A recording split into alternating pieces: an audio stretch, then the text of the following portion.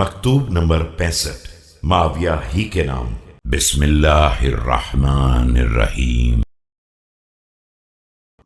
أما بعد فقد آن لك أن تنتفع باللمح الباصر من عيان الأمور، فقد سلكت مدارج أسلافك بادعائك الأباطيل واقتحامك غرور المين والأكاذيب۔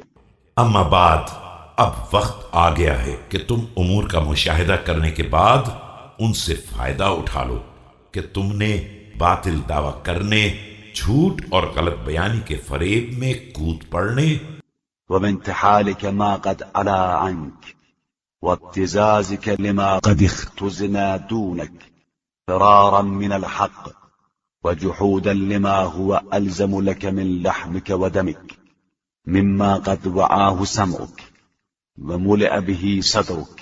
جو چیز تمہاری اوقات سے بلند ہے اسے اختیار کرنے، اور جو تمہارے لیے ممنوع ہے اس کو ہتھیا لینے میں اپنے اسلاف کا راستہ اختیار کر لیا ہے، اور اس طرح حق سے فرار، اور جو چیز گوشت و خون سے زیادہ تم سے چمٹی ہوئی ہے اس کا انکار کرنا چاہتے ہو، جسے تمہارے کانوں نے سنا ہے اور تمہارے سینے میں بھری ہوئی ہے۔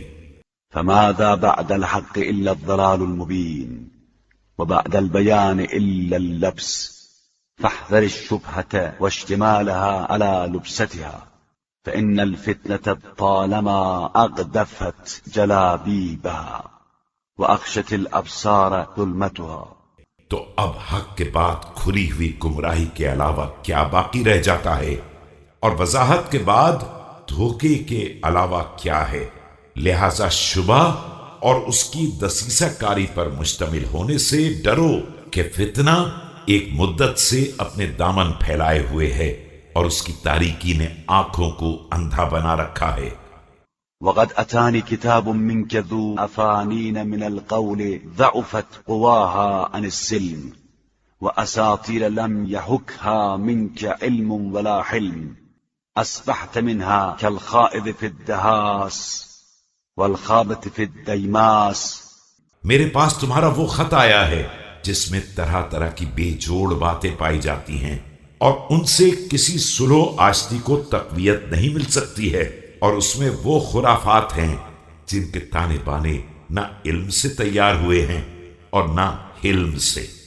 اس سلسلے میں تمہاری مثال اس شخص کی ہے جو دلدل میں دھنس گیا ہو اور اندھے کنویں میں ہاتھ پاؤں مار رہا ہو۔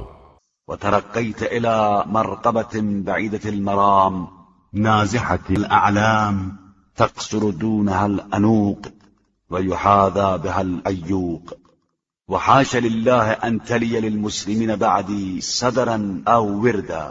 اور تم نے اپنے کو اس بلندی تک پہنچانا چاہا ہے جس کا حصول مشکل ہے اور جس کے نشانات گم ہو گئے ہیں، اور جہاں تک عقاب پرواز نہیں کر سکتا ہے، اور اس کی بلندی ستارہ ایوخ سے ٹکر لے رہی ہے۔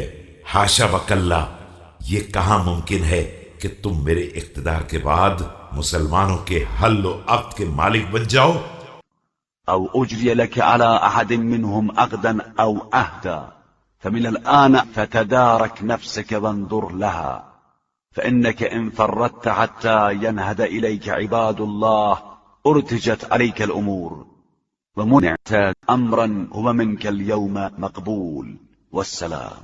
یا میں تمہیں کسی ایک شخص پر بھی حکومت کرنے کا پروانہ یا دستاویز دے دوں، لہذا ابھی غنیمت ہے کہ اپنے نفس کا تدارک کرو اور اس کے بارے میں غور و فکر کرو کہ اگر تم نے اس وقت تک کوتاہی سے کام لیا جب اللہ کے بندے اٹھ کھڑے ہوں تو تمہارے سارے راستے بند ہو جائیں گے، اور پھر اس بات کا بھی موقع نہ دیا جائے گا جو آج قابل قبول ہے۔ والسلام۔